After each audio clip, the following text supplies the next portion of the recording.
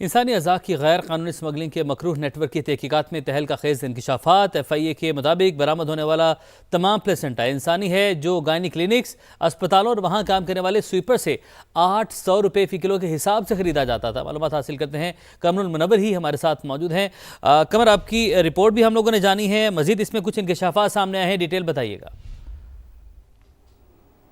जी, बड़े होशरुबा इंकशाफात जो है इसमें सामने आए हैं। ख़ास तौर पर FIA ने जो है F7 सेक्टर जो पॉश तरीन इलाका है वहाँ पर रेड किया, तो उन्हीं से गिरफ्तार लोगों के साथ एक और रेड किया गया E11 में, और वहाँ से टनों के हिसाब से ये गोश्त, ये इंसानी अज़ा और ये प्लेसेंटा जो है ये बरामद कर लिया गया, और अब उसके तमाम सैंपल्स जो हैं वो भिजवाए गए थे पिम्स अस्पताल में। और अब उन्होंने इस बात की तस्दीक कर दी है कि जितना भी प्लेसेंटा और गोश्त था ये इंसानी था, उसकी जो हैयत थी उसके भी तमाम एटमोलॉजी जो है वो FIA को फराम कर दी गई है। इसके अलावा जो लोग इसमें शामिल तफ्तीश किए गए, ख़ास तौर पर उनमें वो स्वीपर जो हैं,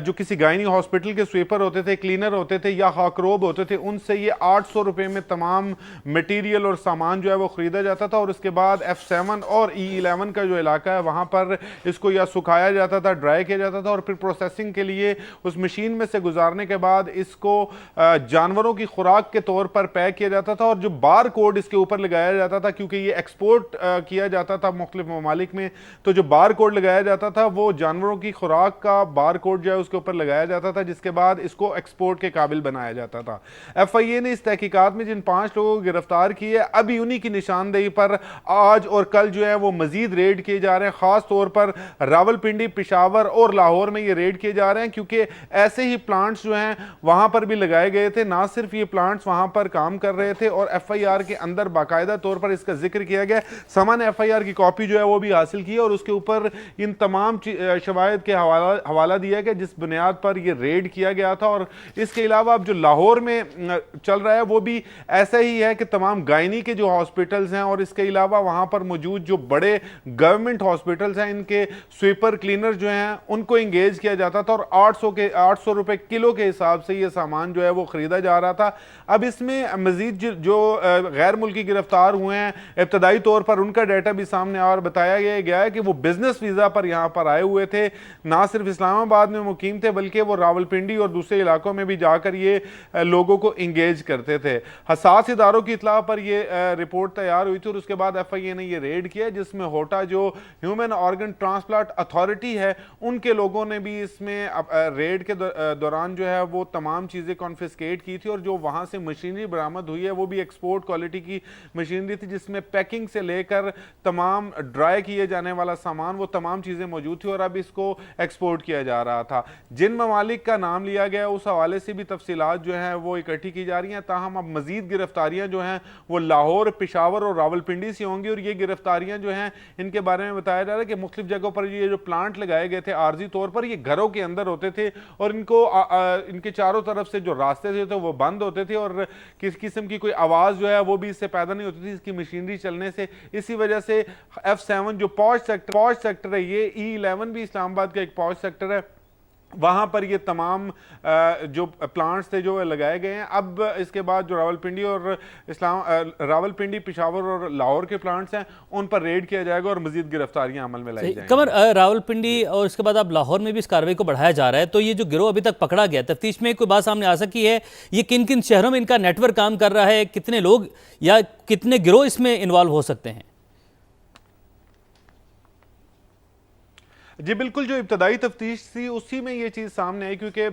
3 गैर मुल्कियों समेत 5 लोग ये गिरफ्तार हुए थे, और उनको अलग अलग जो है वो तफ्तीश किया गया। तो उनमें ये चीज़ें सामने आई कि ये सिर्फ इस्लामाबाद के अंदर ये नेटवर्क काम नहीं कर रहा था, रावलपिंडी, पेशावर और लाहौर के अंदर भी ये नेटवर्क काम कर रहा था। इनके बाकायदा एजेंट्स होते थे जो गायनी के हॉस्पिटल हैं, या इसके अलावा बड़े गवर्नमेंट हॉस्पिटल्स जहाँ पर जच्चा बच्चा की केयर के लिए मराकज़ जो हैं वो कायम किए जाते थे, इनका उनके साथ रवाबित साबित होते थे और प्लेसेंटा की सबसे बड़ी मिकदार जो है वो वहाँ से वो हासिल करते थे। इसमें जो वो इंगेज करते थे वो वही लोग होते थे जो वहाँ के क्लीनर होते थे, स्वीपर होते थे, या वहाँ के जो खाकरोब होते थे, इनको इंगेज किया जाता था। और ये सारा डाटा जो है वो कमर, अब सवाल ये भी है कि जो एफआईआर इंदराज किया गया है उसमें कौन कौन सी दफात लगाई गई हैं, और ये भी बताएगा जो गैर मुल्की बाशिंदे जिन्हें गिरफ्तार किया गया है उनकी कुछ नेशनैलिटी के हवाले से भी बताया गया कि उनकी नेशनैलिटी क्या है, वो किस मुल्क से उनका ताल्लुक है। जी बिल्कुल, होटा एक्ट जो है ह्यूमन ऑर्गन ट्रांसप्लांट अथॉरिटी का एक्ट जो था वो बनाया गया था, जिससे गुर्दों की गैर कानूनी जो है वो ट्रांसप्लांटेशन की जाती थी। उस वक्त ये एक्ट बना था, उसके तहत ये मुकदमा दर्ज किया गया और इसमें बाकायदा तौर पर अयानत करने के लिए 109 पीपीसी की दफात जो है वो भी डाली गई है कि जिसमें बहुत सारे लोग इसकी मुआवनत कर रहे हों तो भी वो दफात जो है वो भी इसमें शामिल की गई हैं। तो इसी वजह से जिस वक्त ये दफात लगाई गई हैं तो इसमें होटा के तहत भी मुकदमा दर्ज है और पीपीसी की दफात जो है वो भी इसमें शामिल की गई हैं। गैर मुल्कियों के हवाले से मैं आपको बताऊं कि इब्तदाई तौर पर 3 गैर मुल्की जो है वो गिरफ्तार हुए हैं और इसमें एक नेटवर्क है, क्योंकि ये बिजनेस वीजा पर यहाँ पर आए थे। उनकी नेशनैलिटी जो है वो इसलिए डिस्क्लोज नहीं की जा रही क्योंकि एफआईए पहले ये कह चुकी कि जिस वक्त ये अनर्थ हुआ था ये स्कैंडल 2 रोज कबल और उसके बाद ये रेड किए गए, जगहों को सील किया गया, तमाम चीजें कॉन्फिस्केट की गई। तो इनके बहुत सारे जो लोग थे, बहुत सारे रुकन जो इस गैंग के साथ मिलकर काम कर रहे थे, वो या तो मुल्क से बाहर चले गए हैं या वो रुपोश हो गए हैं। खास तौर पर इसमें गैर मुल्की ऐसे कुछ लोग हैं जिनके बारे में कहा जा रहा था कि वो लाहौर में ऑपरेट कर रहे हैं, तो उसके बाद ये बताया गया कि उन्होंने उसी वक्त फ्लाइट्स ली और वो यहाँ से बैरून मुल्क चले गए हैं। एक और लिस्ट भी इसमें मुरतब की गई है जिसमें जिन ममालिक को ये पैक करके ये मटीरियल जो है वो बार कोड लगाया जाता था, जो पेट हैं उनकी फीड का जो बारकोड लगाया जाता था, और वो जिन ममालिक में है तो उनके भी नाम जो है वो सामने आ रहे हैं और उसकी भी तफसील जो है वो इकट्ठी की जा रही है ताकि इस हवाले से भी तफ्तीश की जा सके कि जिन ममालिक में ये भिजवाया जा रहा था तमाम मटीरियल और तमाम सामान, उसमें जो बारकोड दिए गए थे उसको कैसे मैनिपुलेट किया जा रहा था। जो अभी तफ्तीश जो है वो इस्लामाबाद की हद तक थी, लेकिन अब इसको पूरे मुल्क में इसका दायरा जो है वो फैलाया गया क्योंकि आज छुट्टी का दिन था और आज भी इस केस पर जो है एफआईए के लोग काम कर रहे हैं और इन्होंने लाहौर जोन को जो है वो एक लोकेशन भेजी है। इन्हीं तफ्तीशकारों ने यहाँ पर मौजूद जो गिरफ्तार लोग हैं उनसे ये एक्सट्रैक्ट की तफसीलात और अब वो उनको भेजी गई हैं लाहौर के, वो वहां पर मुख्तलिफ इलाकों में रेड करे और टीम जो है वो रेड करी। खबर आप हमारे साथ ही मौजूद रहिएगा, आप हमें तफसीलन चूंकि सारी सूरत हाल के हवाले से अपडेट भी कर रहे हैं और समा अपने नाज़िम को एफआईआर की कॉपी भी जो है वो दिखाने जा रहा है। ये एफआईआर की कॉपी जो कि समा की स्क्रीन पर आप लोग देख सकते हैं, ये सिर्फ समा के ऊपर आप ये मनाजिर देख सकते हैं, एफआईआर आप देख सकते हैं। ये वो एफआईआर है जिसके तहत ये बताया जा रहा है कि कौन कौन सी दफात लगाई गई हैं, क्या इस एफआईआर के मुताबिक सजा इन मुल्जमान को, ये जो गिरोह इसमें मुलविस है, उन्हें वो हो सकती है। कमर ने हमें इन दफात के हवाले से भी अपडेट किया और ये भी बताया कि कौन कौन सी दफात के तहत कौन कौन सी सजा किस कानून के तहत जो है उसको इनमें पकड़ हो सकती है। तो कमर हमें तफसीलन आगाह भी करें। कमर, एफआईआर भी समा के नाज़रीन देख सकते हैं, सिर्फ समा की स्क्रीन के ऊपर एफआईआर अभी मौजूद है।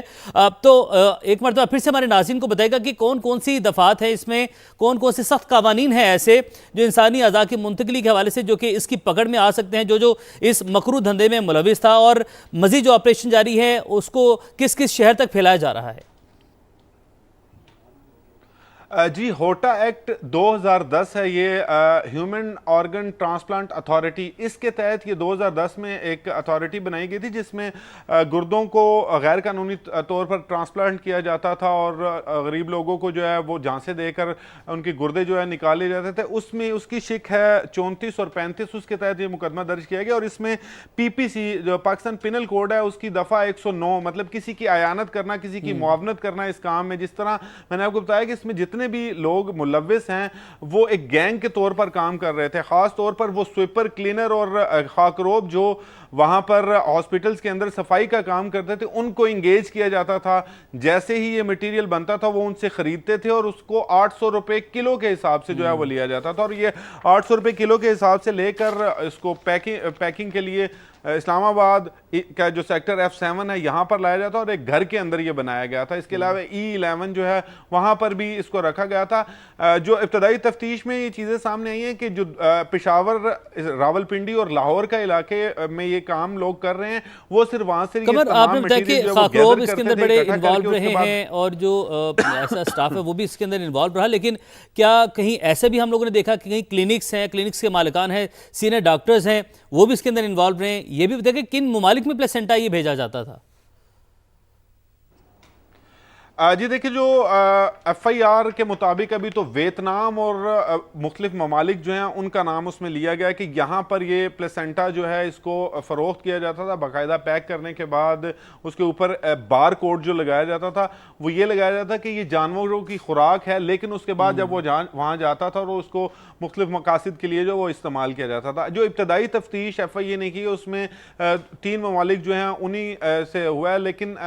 एक का नाम जो है, वियतनाम का नाम जो है वो FIA के जो लोग हैं उनकी जानिब से जाहिर भी किया गया, लेकिन कहा यह जा रहा है कि बहुत सारे और ममालिक में भी ये जो है वो स्मगल किया जा रहा था। ख़ास तौर पर इसमें जो लाहौर और पेशावर और रावलपिंडी से सामान पकड़ा जाता था वहाँ पर उसकी प्रोसेसिंग नहीं होती थी, उसको इस्लामाबाद लाया जाता था। F7 जो पॉश तरीन सेक्टर है वहाँ और E11 में ये प्रोसेसिंग मशीनें लगी हुई थी, जिसके बाद इसमें जो प्लेसेंटा होता था इसको ड्राई किया जाता था। ड्राई करने के बाद उसकी पैकिंग होती थी और पैकिंग करने के बाद जो है उसको एक्सपोर्ट क्वालिटी बनाकर जो है वो बाहर